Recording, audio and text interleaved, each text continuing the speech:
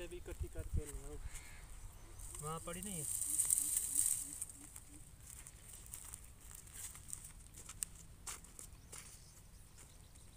ऊपरली side पे पड़ी है, वो ले आओ।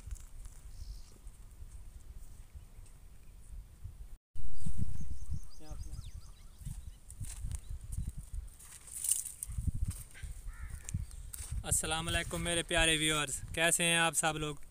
मैं ठीक हूँ। मैं उम्मीद करता हूँ कि आप भी ठीक होंगे अल्लाह ताला के फजल करम से। आप लोग जहाँ भी हैं दुनिया के किसी हिस्से में, अल्लाह ताला आपको, आपके बच्चों को, रिश्तेदार, दोस्त अहबाब, हक हमसाए सब को अपने हिफ्ज़-ओ-मान में रखे। वो लोग जो दुख तकलीफ़ में हैं, परेशान हैं, अल्लाह ताला उनकी परेशानियों को, दुखों को दूर करे। जो लोग बीमार हैं अल्लाह ताला उन्हें शफ़ा कामला अता फ़रमाए। और जो लोग बे औलाद हैं अल्लाह ताला उन्हें नौरीना औलाद अता फ़रमाए, सेहतमंद नेक औलाद अता फ़रमाए। आमीन सुम्मा आमीन। तो व्यूअर्स, आज काफ़ी ज़्यादा गर्मी थी, तो हमने सोचा चलो और तो कुछ नहीं होता, थोड़ा सा अपनी जो लकड़ियाँ वगैरह हैं उसको इकट्ठी कर लें, क्योंकि हमारे यहाँ तो यही सिस्टम है जो हम अपनी ज़िंदगी गुजारते हैं, तो ये लकड़ियाँ वगैरह इकट्ठी करते हैं। तो बेगम साहब आप कुछ कहेंगी? अस्सलाम वालेकुम प्यारे व्यूअर, कैसे हैं आप? मैं ठीक हूँ। मैं उम्मीद करती हूँ कि आप जहाँ कहीं भी होंगे अल्लाह ताला आपको खुश रखे। तो प्यारे व्यूअर, आज हम अपने घर के लिए कुछ लकड़ी इकट्ठियाँ कर रहे हैं जिससे हम अपना घर का चूल्हा जला सकें। तो इसलिए आज हमने सोचा कि हम अपने जंगल में जाएं, कुछ लकड़ियाँ घर के लिए इकट्ठा करें, तो को शाम को बच्चों के लिए खाना भी तो बनाना है। तो व्यूअर्स, ये सर्दियों में भी ख़ास तौर पर बेहतरीन इस्तेमाल होती है। तो हमारा तो जंगली इलाका है, तो हम तो इनको इकट्ठी कर लेते हैं। ज़मीन तो वैसे पड़ी है जैसे रेत पहले थी, तो अब क्या करें इस रेत को क्योंकि ये हमारे लिए तो मसला बना हुआ है, आबाद नहीं कर सकते इसको। कोशिश तो कर रहे हैं कि आबाद करें। क्यों बेगम साहब, आप क्या करना है, इसको क्या करें अब? इसमें कुछ भी नहीं होता प्यारे व्यूअर। देखिए ये बंजर पड़ी है, 20 साल से बंजर पड़ी है, इसमें कोई फसल भी नहीं हो रही, यहाँ पानी भी नहीं मौजूद, तो इसलिए यहाँ फसल नहीं होती। तो इसमें हम जहाँ बैठे हैं वहाँ तो लाइट का भी मसला है कि आप 10,000 बिल पिछला अदा करेंगे तो तब हम आपको लाइट देंगे। तो आज हमने बाहर बहुत गर्मी थी, हमने गुजारा है इतनी गर्मी में।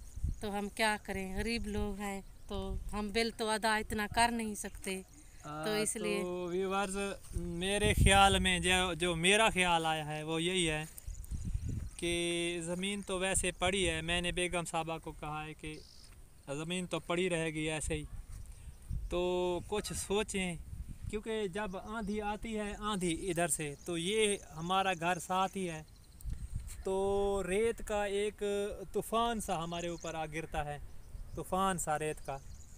तो हमने और रेत के किनारे के साथ साथ तो पौधे लगाए हैं की करके। ये मैं आपको दिखाता हूँ कि पौधे हमने कितने लगाए हैं। तो अब हमारा इरादा क्या है आगे। तो अब हमने सोचा है कि जो ये ज़मीन है थोड़ी सी पड़ी है बंजर, तो इसको क्या करें कि इसमें भी की करके पौधे लगा दें, ताकि जो रेत का तूफ़ान हम पर आता है वो कम आए। किनारे किनारे पर भी हम लगाएंगे, और इस दरमियान में जहाँ पर बेगम साहबा खड़ी हैं, तो यहाँ पर भी एक लाइन लगा देते हैं। तो सर्दियों में हम यहाँ पर कुछ ना कुछ गंदम काश्त करते हैं, तो सर्दियों में तो यहाँ तो नहीं, जो ऊपर वाली ज़मीन है, जो थोड़ी सी हमारी ऊपर वाली 2 कनाल ज़मीन है, तो उस पर तो हम काश्त करते हैं। और इस पर अगर काश्त करें तो बहुत ज़्यादा पानी की खपत होती है। कम अज़ कम यहाँ इस ज़मीन में 5 से 6 घंटे पानी लग जाता है, और आप अंदाज़ा लगाएं 600-700 रुपये घंटा है, तो बहुत ज़्यादा परेशानी होती है। तो व्यूअर्स, मैं आपको बता रहा था एक पौधे के बारे में, मैं आपको बताता हूँ कि ये हमारे रेतीले इलाके में हो जाता है। तो व्यूअर्स, ये देखें, इसको लाना या लानी कहते हैं। तो इसके बारे में मैं आपको बताना चाहता था कि व्यूअर्स को बता दूं कि हमारे यहाँ जो ये अक्सर पैदा हो जाते हैं, अब हम तो इसको ईंधन के तौर पर इस्तेमाल करते हैं, या कभी कभी इसको ऊँट वाले आ जाते हैं, ऊँट इसको खाता है। अब जो मक्खी चीनी वाली बकरियां हैं वो भी इसको इस्तेमाल करती हैं, खाती हैं थोड़ा बहुत। तो पहले ये बहुत कीमती चीज़ थी, कीमती चीज़। इसको पहले लोग खार लानी कहते थे, खार लानी। तो इससे खार बनती थी। जो बर्तन बनाने वाले कुम्हार हैं वो जंगल से आकर इसको गीली लकड़ियों को काट कर ले जाते थे, और जो सूखी लकड़ियां होती हैं उसके साथ इसको जलाते थे। तो इससे एक किस्म का एक लिक्विड निकलता था जिससे बड़ा सा पत्थर बन जाता था। तो उस पर वो मिट्टी डालकर उसको खुश करके फिर उसको पीस कर पैकेटों में बांध करके तो वो बेचते थे। मेरी वालदा मोहतरमा, अल्लाह ताला उनको गरीक रहमत करे, तो वो बताती थी कि हम यही इस्तेमाल करते थे, क्योंकि पहले लट्ठे के कपड़े जिसको खद्दर कहते थे वो इस्तेमाल होती थी। तो उसके बाद फिर काटन आई, और फिर बाद में दूसरा सिलसिला शुरू हुआ, फैब्रिक बाद में शुरू हुई। तो फिर सर्फ और साबुन दोबारा वो शुरू हो गए। तो पहले ये सिस्टम था कि इसको बहुत कीमती समझा जाता था।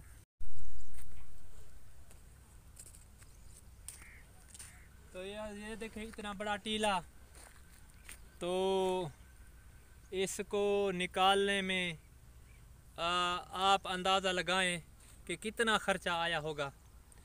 तो पहले मैंने जो लोन लिया था, कर्ज़ा लिया था, जो मेरे भाई मुझे लूट के ले गए, मोटर वगैरह मैंने ली, अब तक उसका खमियाजा भुगत रहा हूँ। तो वो अभी तक मैं नहीं उतार सका। तो उसमें से मैंने कुछ बचा करना तो इसको बिल्डोज़र लगवाया था ताकि ये निकल जाए और कुछ मुझे फ़ायदा हो। लेकिन फ़ायदा कख नहीं हुआ, पैदावार होती नहीं है तो क्या फ़ायदा होगा। तो वो जो सिस्टम था वो मेरे गले पड़ गया। तो पौधे जो हमने लगाने हैं वो बाज़ार से ले आएँ या फिर जो दरख्तों के नीचे पैदा हो जाते हैं वो लगाएं। मेरे ख्याल में जो दरख्तों के नीचे दरख्तों के नीचे बीज उनका गिरता है वही, तो उसी के जो कीकर के पौधे हैं वो लगा दें। वही लगाएंगे, साल तो इन्हें पानी डालेंगे। व्यूअर्स, सावन का महीना आ रहा है तो इंशाल्लाह इसमें शजरकारी होती है। हमारे जो देहात में सावन के महीने में शजरकारी करते हैं, क्योंकि आगे सर्दियाँ आ जाती हैं तो पौधे की जो बढ़ोतरी होती है वो काफ़ी हो जाती है, यानी 2-1 फुट 2.5 फुट बढ़ोतरी हो जाती है। फिर वो पौधा सर्दियों में थोड़ा बहुत कमज़ोर होता है। सर्दियों के बाद फिर जनवरी, फरवरी, मार्च 3 महीने होते हैं तो 2 फुट और बढ़ जाता है। तो उसको गर्मियाँ फिर कुछ नहीं कहती, जो आगे वाली गर्मियाँ आती हैं। तो सोच रहे हैं कि इन में पौधे लगाएं, तो कोशिश करेंगे कि खूबसूरत पौधे जो अच्छे हों, जो जल्द तैयार हो जाएं, वो लगाएंगे इंशाल्लाह। तो बेगम साहबा अब लकड़ियाँ इकट्ठी कर ली हैं। लकड़ियाँ तो इकट्ठी कर ली हैं, घर जाऊंगी, बच्चों के लिए कुछ खाना बनाऊंगी, तो इसलिए इकट्ठियाँ तो कर ली हैं, तो अब लेकर जाऊंगी। व्यूअर्स, थोड़ा सा शाम का माहौल मैं आपको दिखा देता हूँ। बहुत ज़्यादा गर्मी है, गर्मी काफ़ी ज़्यादा है, पसीना भी काफ़ी आ रहा है, पसीना बहुत आ रहा है। तो देखें जो हमारा शाम का माहौल है वो आपको थोड़ा सा दिखाते हैं। तो व्यूअर्स देखें, अब पौधा काफ़ी बड़ा हो गया है। तो कुछ पौधे जिनकी जड़ें जल्दी लग जाती हैं ज़मीन में वो तो काफ़ी बड़े हो जाते हैं। तो ये देखें व्यूअर्स, ये रेत, ये देखें, ये 20 साल से आबाद करके थक गया हूँ। तो ये कुछ इसका कोई फ़ायदा नहीं हो रहा। तो मैं आपको दिखाना चाहता हूँ कि ये क्या होता है। ये देखें, जो मेरा तो हिस्सा यहाँ तक ख़त्म हो गया, अब दूसरे बंदे का शुरू हुआ है। तो उसने ये काश्त की थी जो दाल वगैरह है मूंग की, तो उसका क्या हाल हो गया। ये पानी का मसला है, पानी जब लगता नहीं है तो फिर ऐसे होगा, पौधा ऐसे होगा ना। तो मेरे लिए ये मसला बना हुआ है। मैं अब ऐसे समझ लें कि मैं थक चुका हूँ। यहाँ पर रहते रहते, काम करते करते तो इंसान थक ही जाता है। जब कोई चीज़ ना पैदावार ना दे रही हो तो बहुत परेशानी होती है। तो अल्लाह करम करेगा इंशाअल्लाह, कोशिश तो कर रहे हैं, हो सकता है कुछ ना कुछ हो जाए।